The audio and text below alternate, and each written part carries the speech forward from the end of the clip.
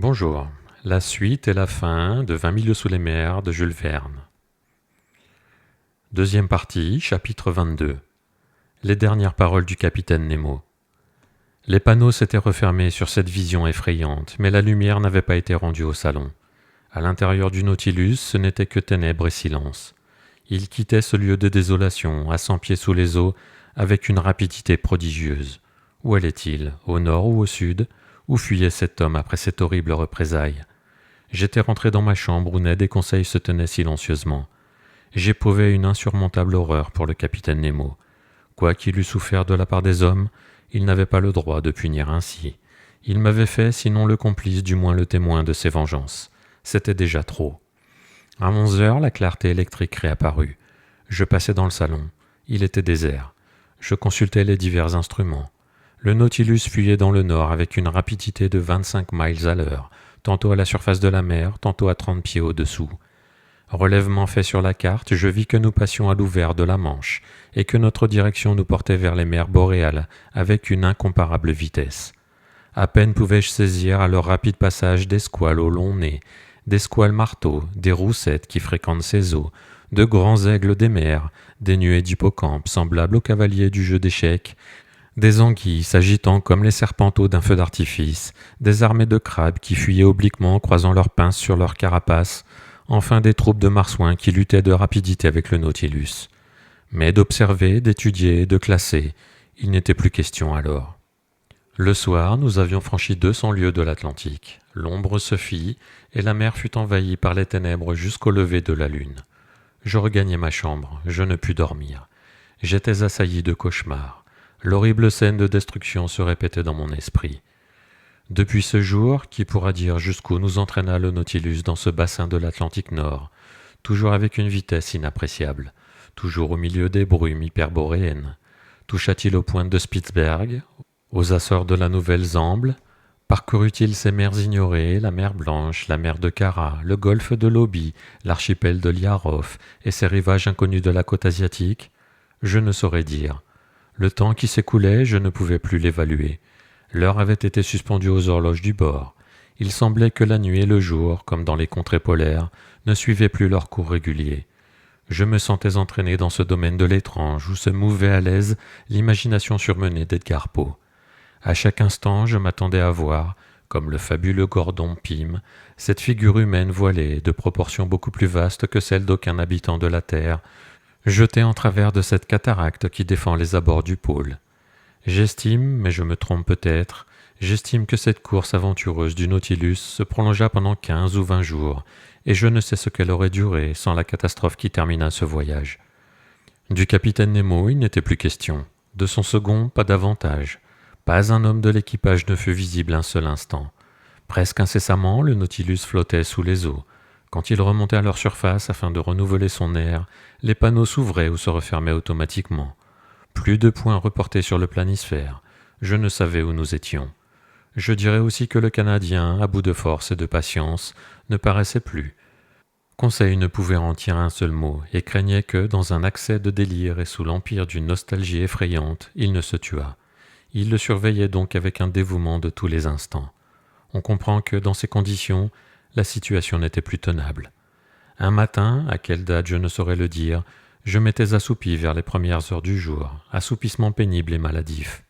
Quand je m'éveillai, je vis Ned Land se pencher sur moi, et je l'entendis me dire à voix basse « Nous allons fuir !»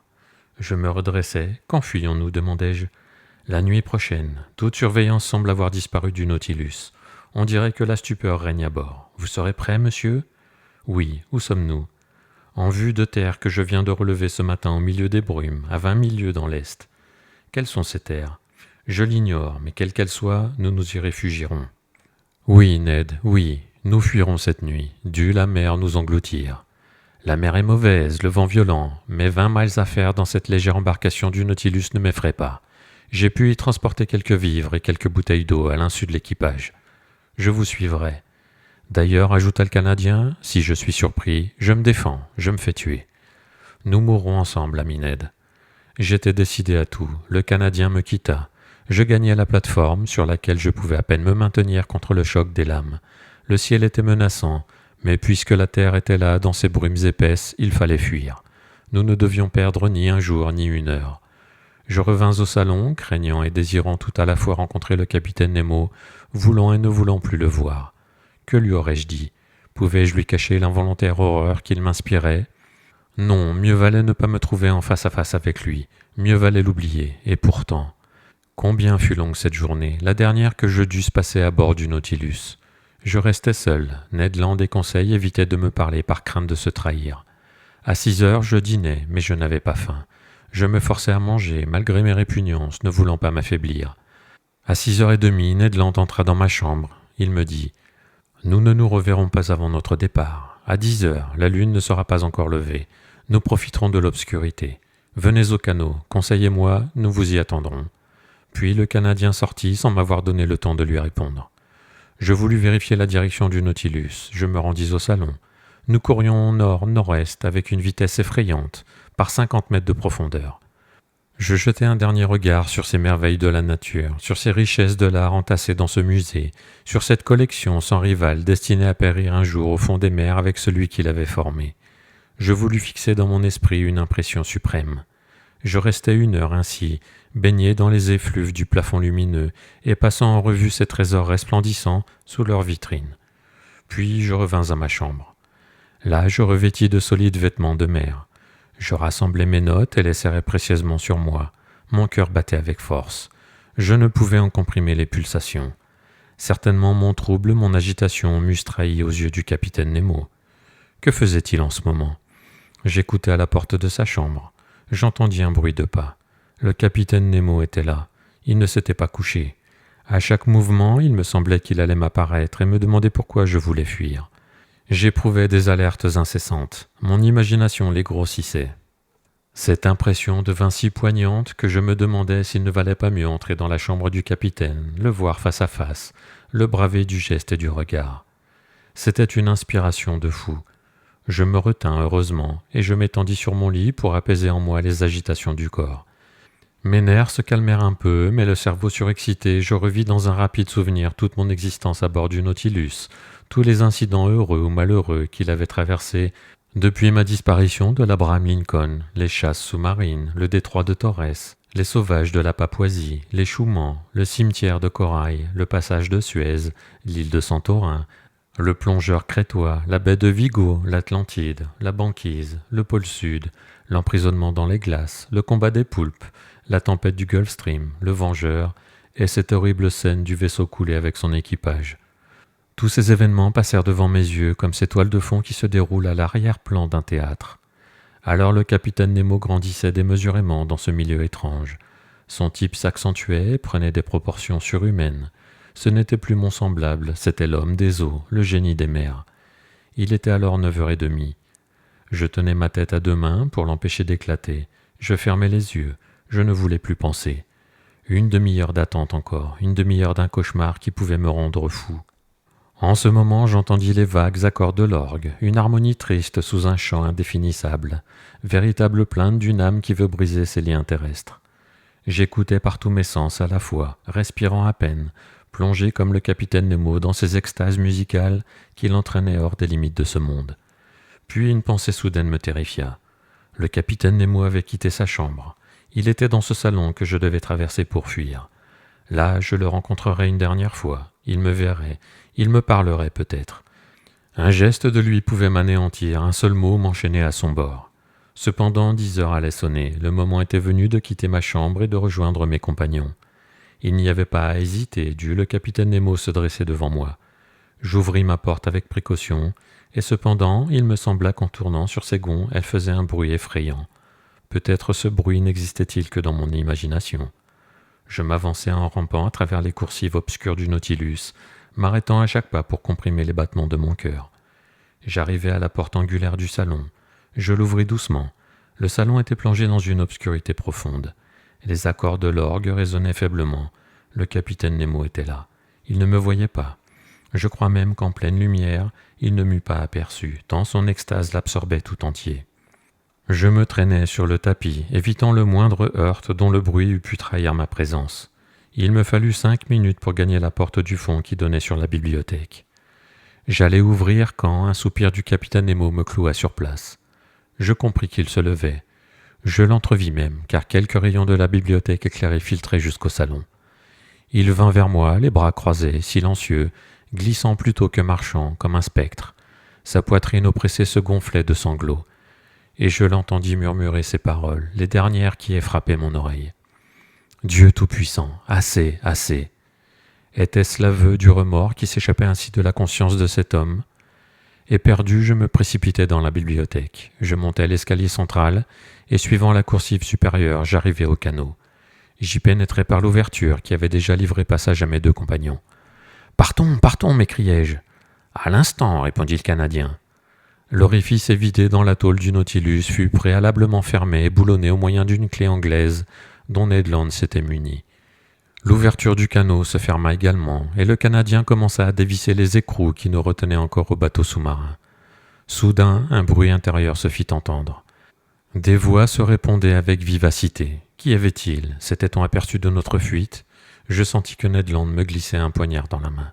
« Oui, murmurai-je, nous saurons mourir. » Le Canadien s'était arrêté dans son travail, mais un mot 20 fois répété, un mot terrible, me révéla la cause de cette agitation qui se propageait à bord du Nautilus. Ce n'était pas à nous que son équipage en voulait. « Maelstrom, Maelstrom !» s'écriait-il. Le Maelstrom, un nom plus effrayant dans une situation plus effrayante, pouvait-il retentir à notre oreille ? Nous trouvions-nous donc sur ces dangereux parages de la côte norvégienne ? Le Nautilus était-il entraîné dans ce gouffre au moment où notre canot allait se détacher de ses flancs ? On sait qu'au moment du flux, les eaux resserrées entre les îles Féroé et Lofoden sont précipitées avec une irrésistible violence. Elles forment un tourbillon dont aucun navire n'a jamais pu sortir. De tous les points de l'horizon accourent des lames monstrueuses. Elles forment ce gouffre, justement appelé le nombril de l'océan, dont la puissance d'attraction s'étend jusqu'à une distance de 15 kilomètres. Là sont aspirés non seulement les navires, mais les baleines, mais aussi les ours blancs des régions boréales. C'était là que le Nautilus, involontairement ou volontairement peut-être, avait été engagé par son capitaine. Il décrivait une spirale dont le rayon diminuait de plus en plus. Ainsi que lui, le canot, encore accroché à son flanc, était emporté avec une vitesse vertigineuse. Je le sentais. J'éprouvais ce tournoiement relatif qui succède à un mouvement de giration trop prolongé. Nous étions dans l'épouvante, dans l'horreur portée à son comble, la circulation suspendue, l'influence nerveuse annihilée, traversée de sueurs froides comme les sueurs de l'agonie. Et quel bruit autour de notre frêle canot! Quel mugissement que l'écho répétait à une distance de plusieurs miles! Quel fracas que celui de ces eaux brisées sur les roches aiguës du fond, là où les corps les plus durs se brisent, là où les troncs d'arbres s'usent et se font une fourrure de poils, selon l'expression norvégienne. Quelle situation! Nous étions ballottés affreusement. Le Nautilus se défendait comme un être humain. Ses muscles d'acier craquaient, parfois il se dressait, et nous avec lui. « Il faut tenir bon, dit Ned, et revisser les écrous. En restant attachés au Nautilus, nous pouvons encore nous sauver. » Il n'avait pas achevé de parler qu'un craquement se produisait. Les écrous manquaient, et le canot, arraché de son alvéole, était lancé comme la pierre d'une fronde au milieu du tourbillon. Ma tête porta sur une membrure de fer, et sous ce choc violent, je perdis connaissance. Chapitre 23, conclusion. Voici la conclusion de ce voyage sous les mers. Ce qui se passa pendant cette nuit, comment le canot échappa au formidable remous du Maelstrom, comment Ned Land, Conseil et moi, nous sortîmes du gouffre, je ne saurais le dire. Mais quand je revins à moi, j'étais couché dans la cabane d'un pêcheur des îles Lofoden. Mes deux compagnons, sains et saufs, étaient près de moi et me pressaient les mains. Nous nous embrassâmes avec effusion. En ce moment, nous ne pouvons songer à regagner la France. Les moyens de communication entre la Norvège septentrionale et le Sud sont rares. Je suis donc forcé d'attendre le passage du bateau à vapeur qui fait le service bimensuel du Cap Nord. C'est donc là, au milieu de ces braves gens qui nous ont recueillis, que je revois le récit de ces aventures. Il est exact, pas un fait n'a été omis, pas un détail n'a été exagéré. C'est la narration fidèle de cette invraisemblable expédition sous un élément inaccessible à l'homme et dont le progrès rendra les routes libres un jour. Me croira-t-on ? Je ne sais. Peu importe après tout. Ce que je puis affirmer maintenant, c'est mon droit de parler de ces mers sous lesquelles, en moins de 10 mois, j'ai franchi 20 000 lieues. De ce tour du monde sous-marin qui m'a révélé tant de merveilles à travers le Pacifique, l'océan Indien, la mer Rouge, la Méditerranée, l'Atlantique, les mers australes et boréales. Mais qu'est devenu le Nautilus ? A-t-il résisté aux étreintes du Maelstrom ? Le capitaine Nemo vit-il encore? Poursuit-il sous l'océan ses effrayantes représailles, ou s'est-il arrêté devant cette dernière hécatombe? Les flots apporteront-ils un jour ce manuscrit qui renferme toute l'histoire de sa vie? Saurai-je enfin le nom de cet homme? Le vaisseau disparu nous dira-t-il par sa nationalité la nationalité du capitaine Nemo?